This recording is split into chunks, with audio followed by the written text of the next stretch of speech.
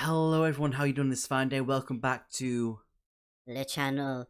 So what this is going to be a reading of the prologue for DestinyQuest RAIDERS, written by Michael J. Ward, the Kickstarter that I backed, and it's something that I've been looking forward to and been so excited for a long time. I'm going to be doing... This video is literally just going to be me reading the prologue. There's 9 pages to it, and I thought I would do this separately before we dive into the actual book itself. So let's just dive into it. We'll get rid of this ugly mug, has something else slapping on the screen, and let's listen and enjoy. I also apologize if I get names wrong, or just words in general, because it's something that I've always done, because I'm me. I apologize, and if you say it differently, let me know down below in the comments. But let's just get on with this. Prologue. A rescue of sorts. Things are not going quite to plan. Johann Rodeer lies against a crumbling wall, his wrists bound behind his back, ankles strapped together tightly. He makes another squirming effort to break his bonds, a hopeless endeavour that ends abruptly as the bulky form of the hobgoblin takes an angry step closer. Move again and I'll cut you. Johann's vision is still a sickening blur of shapes and colours, but smell alone is enough to alert him to the close vicinity of his assailants. He gives a choking gasp as he leans away from the foul reek, something akin to mouldy cheese and wet socks. I'm not sure we can come to some amicable arrangement, he croaks, his lips wincing into a doubtful smile. The hobgoblin squats down to eye level, his face a slab of scarred ugliness, nose and ears pierced with bone, a knife is held loosely in one meaty fist. You ready to answer our questions? Johann blinks, trying to bring his surroundings into focus. Firelight picks out the hunched shapes of the goblins eagerly crowded behind their leader, snickering and gibbering with apparent delight. A frosty wind snaps at tattered cloaks, sparks from the nearby fire spitting in the night air. There is a lot of barred steel, too much for Johann's liking. Go ahead, I'm a veritable treasure trove of answers, says Johann, flashing a watery grin. The hobgoblin edges a little closer, the firelight giving his skin an orange pallor. Good. Glad you are obliging. Now, are you the one who's been sneaking around here following my boys? He jerks a fat thumb over his shoulder in the direction of his 5 goblin companions. They all nod in unison, jagged blades and spears waving in angry fists. Johann raises an eyebrow. Someone has been tracking you? The hobgoblin gives a rumbling growl, bringing the knife closer to Johann's face. The gaunt man follows its movements, his eyes crossing on the point of the blade. Don't play games, grunts the hobgoblin. You've been watching us, am I right? Johann struggles to find his voice. I was simply looking for shelter. This seems as good as a place as any in this foreboding wilderness. He rolls his eyes to take in the enormity of the moss-crusted ruins, high walls, and archways dancing with flickering shadows. His gaze eventually falls back to the hobgoblin, his attention drawn to the creature's gaudy display of trappings. A belt with intricate gold fittings, a silver chain across the chest, knives in jewelled scabbards, polished hilts of carved ivory. Even the hobgoblin's thick arms are branded with circles of gold and silver. You're being paid well to guard this place, says Johann curiously. Or else you're a fine treasure hunter. He licks his lips as he dares a glance towards his own sword, scabbard and lying just out of reach. Not that he was able to free a hand to grab it. The hobgoblin catches his look and gives a grunt of laughter. Yeah, that's right, on both counts. I do like fine things. Yeah, sniggers one of the goblins. Shut it, Curly, growls the hobgoblin, glaring back over his shoulder. You don't speak when I'm speaking, right? Yes, boss, nods the goblin. Sorry, boss. Johann edges closer to the wall, his nose twitching as he picks up a new scent, keen ears prickling at the sound of pattering feet. He spots the rat scuttling through the weed-choked stones. Closing his eyes, he reaches out, impressing his thoughts on its small, hunger-filled mind. Come, little one. Help out one of your own. In his mind's eye, he pictures the rope around his wrists, hidden from view. Gnaw, bite, little one, set me free. Nice blade. Pretty thing, innit? Johan's eyes snap open. For a moment his irises are flushed with amber. A brief heartbeat and the world is changed. The night now bright and clear, sense sharpening, sound more distant. On the crumbling remains of a ledge, running the length of the opposite wall, he sights a crouched figure, face hidden by their hood. A flicker of red light runs along the arch of a bow. With effort, Johan tries to calm his inner beast, a shiver racing through his muscles. He blinks, and his eyes return to their usual hazel brown. When he looks back at that far wall, it is lost to shadow, just a telltale flash of crimson. Yeah, very pretty, says one of the goblins. Shut it, Nelson, growls the hobgoblin. He is standing now, holding Johan's sheathed sword in one large fist. I'll be taking this as a thank you for all the trouble you've caused me tonight. Trouble? Asked Johan weakly. His attention focused back on his hulking adversary. I'm really no trouble, I assure you. The hobgoblin tucks his knife away, then runs a hand appraisingly over the fine gemstones worked into the scabbard of Johan's weapon. Well, it's trouble alright, because I'm having one of those things. He clicks his tongue, his piggy eyes lifting skyward in deep thought. What you call it? Oh yeah, a dilemma. Dilemma, ventures one of the goblins meekly. Shut it, Grog! Oh yeah, that's right, a dilemma. Yes, they are rather troublesome, nods Johan, licking his lips nervously. From the area of his bound wrist he feels a sudden nip and a pull, the rope becoming steadily looser. You see, the boss, and I mean the real boss, she don't take kindly to strangers. Normally she wants me to stick 'em with me knives, but you might be a whole different pot of meat, if you get my meaning. Oh, I do, says Johan, his eyes alight with a sudden curiosity. Do you want me to meet this boss of yours?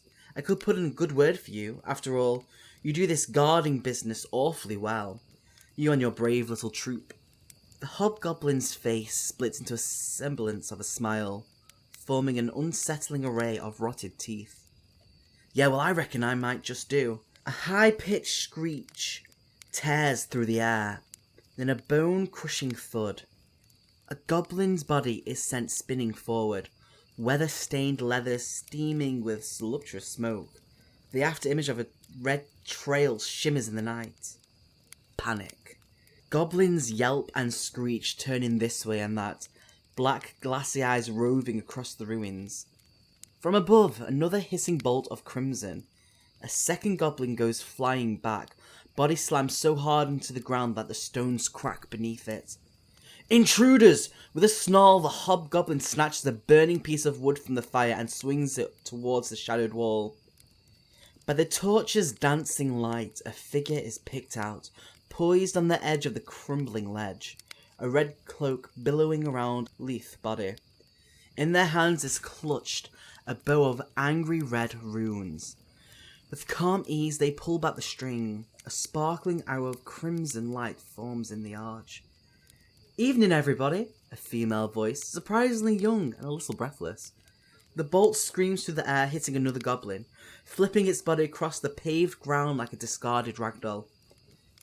The body skids to a halt next to Johan, who is watching proceedings with the same sense of horror and surprise as his captors. One goblin spins on his heels and starts running, but only makes it a few paces before a bolt zaps him in the back. The motley creature staggers, then falls with a shrieking whimper. The final goblin hurls his spear clumsily towards the ledge.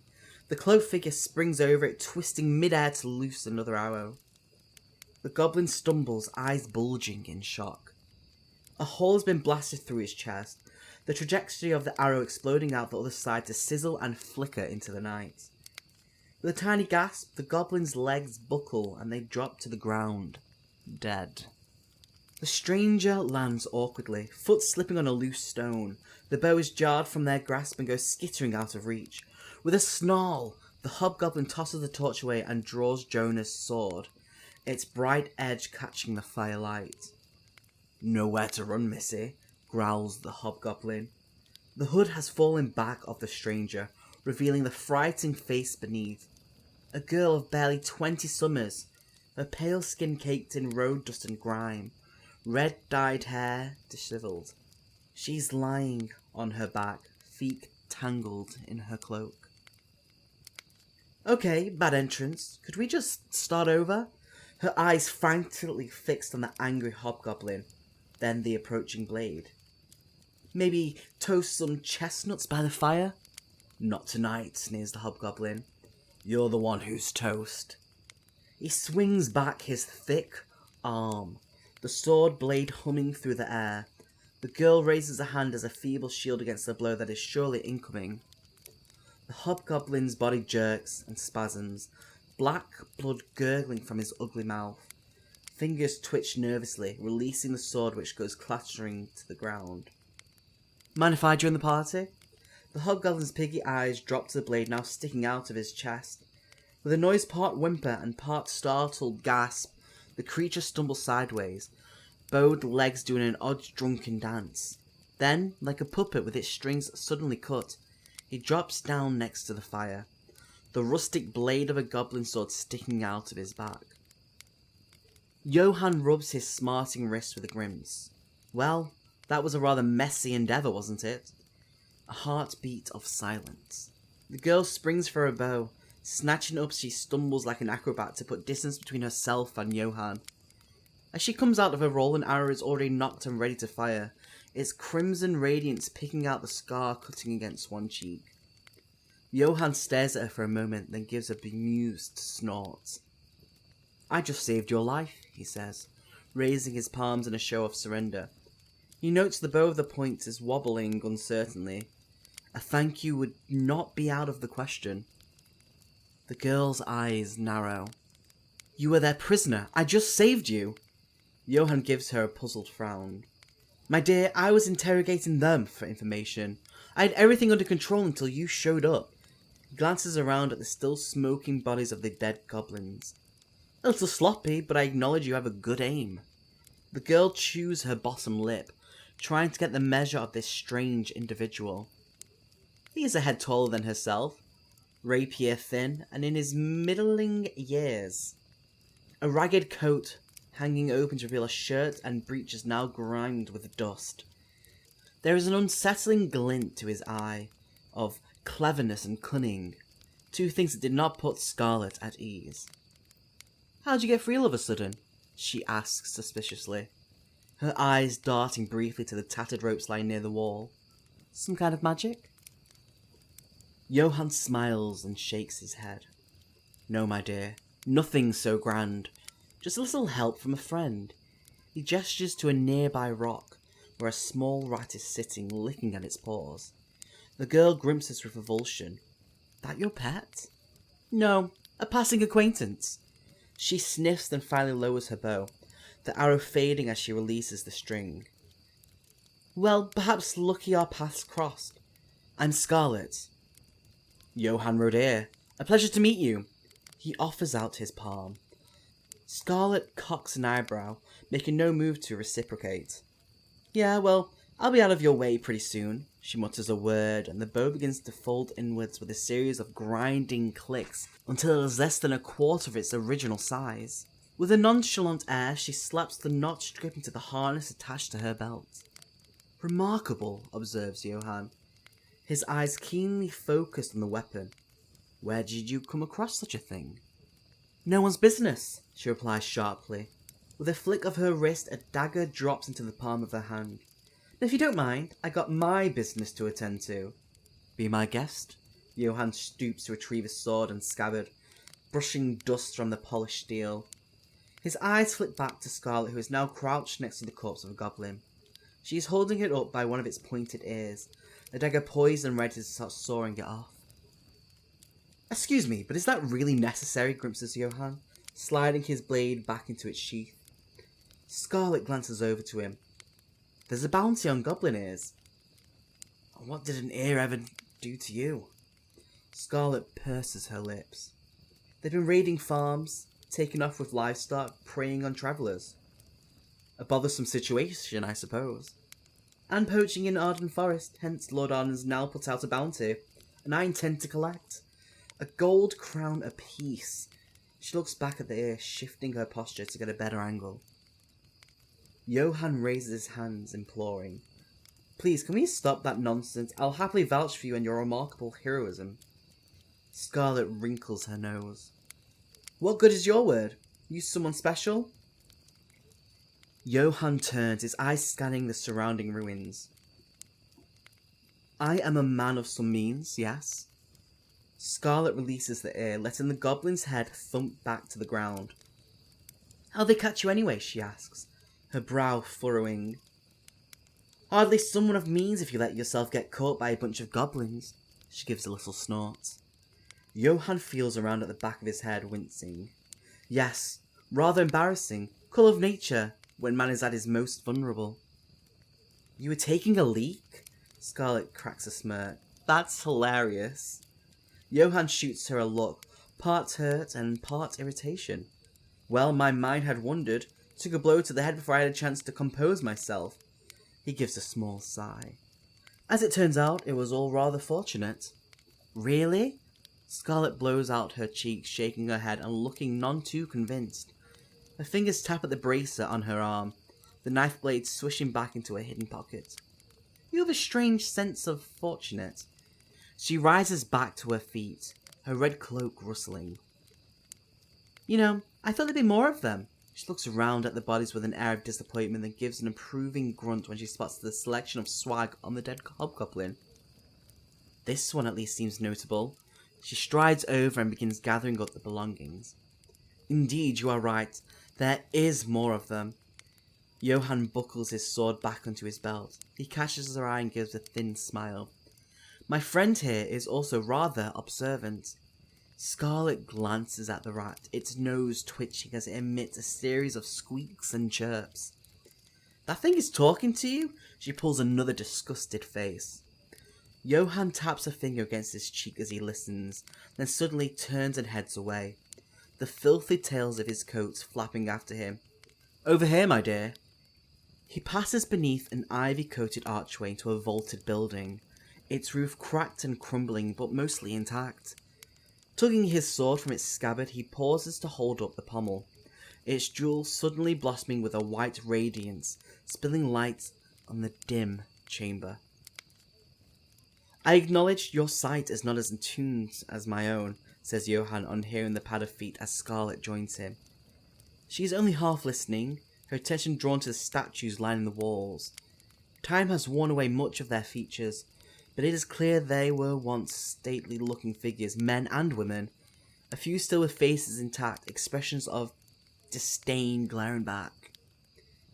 Who were these? asks Scarlet, stepping closer to the nearest one. The Perovs, replies Johann, giving her only a curious glance. His attention has become focused on the far wall. You mean the original vampires that ruled this country? Scarlet quickly steps back from the statue as if it might suddenly come alive and attack her. Johann shakes his head. There were many things, most of them bad, but not vampires, at least not the Perovs.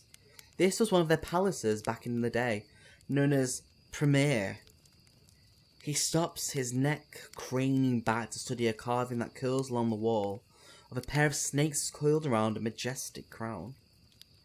Just like the statues, much of the ancient stone has crumbled and flaked away, leaving just hints at the original sculpture. Tell me, dear, what do you see? A whole bunch of nothing, grunts Scarlet, planting her hands on her hips. I've never been one for history, and that said, I think it's time I scooted. She starts to turn away. For a rogue with a smart aim, you can be remarkably nearsighted. You are hunting goblins, right? And those goblins were here guarding something. Did you miss the cartwheel tracks in the mud beyond the walls? And here, he sweeps the light across the cracked stone floor where a deep groove is etched into the grey dust, forming a perfect arc. Scarlet hesitates and steps closer, her brow furrowed. I don't get your point. Is this a puzzle? Johann snorts. Of sorts. And one that might have taken me some time to solve, but thanks again to my passing acquaintance, a rat can be a witness to many things. He steps up to the sculpture and puts his thumb to a small round depression at the centre of the crown. There is a dull click, then a grating rumble. Aha! Puzzle solved! He exclaims with delight. Step away, my dear, and behold our prize. Johann scurries backwards, grabbing Scarlet's arm and pulling her with him. To her widening surprise, she notices the stonework start to move. A large panel in the wall slowly swinging outwards, scraping across the grooved track that Johann had previously spotted. Dust clouds the air as the great structure grumbles and grates, slowly revealing a dark passageway cut into the rock, sloping away into murky darkness. Johann scratches at his stubbly chin, a grin spreading across his face. Remarkable. Wide enough to pull a cart through, I would think. Scarlet's eyes widen further. You mean all the livestock that the goblins have been stealing went into there? She points to the uninviting darkness. Why? Food, I assume, to feed something or other. Johann starts towards the opening, then pauses when he notes that Scarlet is not following. Are you coming? No, I most definitely am not, she snaps, folding her arms. I've learned one thing during my stay in Perova. Dark places are usually very bad, especially those behind secret walls. She nods to the opening. Go ahead, be a hero. I prefer to live to see the dawn, thank you very much. Johann lifts an eyebrow, his grin unfaltering. Really? You'd rather go back to collecting goblin ears for some paltry mercenary pay? The greater the danger, the greater the rewards. He points a finger towards the dark tunnel. Aren't you even curious as to what we might find down here? Scarlet works her tongue around her mouth with a thoughtful expression. There could be treasure, I suppose, she muses with some reluctance. Johann nods, his grin widening. Do I take that as a yes? Scarlet screws up her face. I gotta be crazy. With a sigh, she pulls her bow free from her belt. With a whisper of magic, the construct springs open to form its full length again. Okay, let's just take a little peek, and you're leading the way. Johann tips his head. My absolute pleasure. He spins on his heels, sword held aloft to shine its light ahead of him. Together with Scarlet, he passes through the opening and into the tunnel. Congratulations, your team has gained access to the catacombs. Turn to 1 to begin the adventure.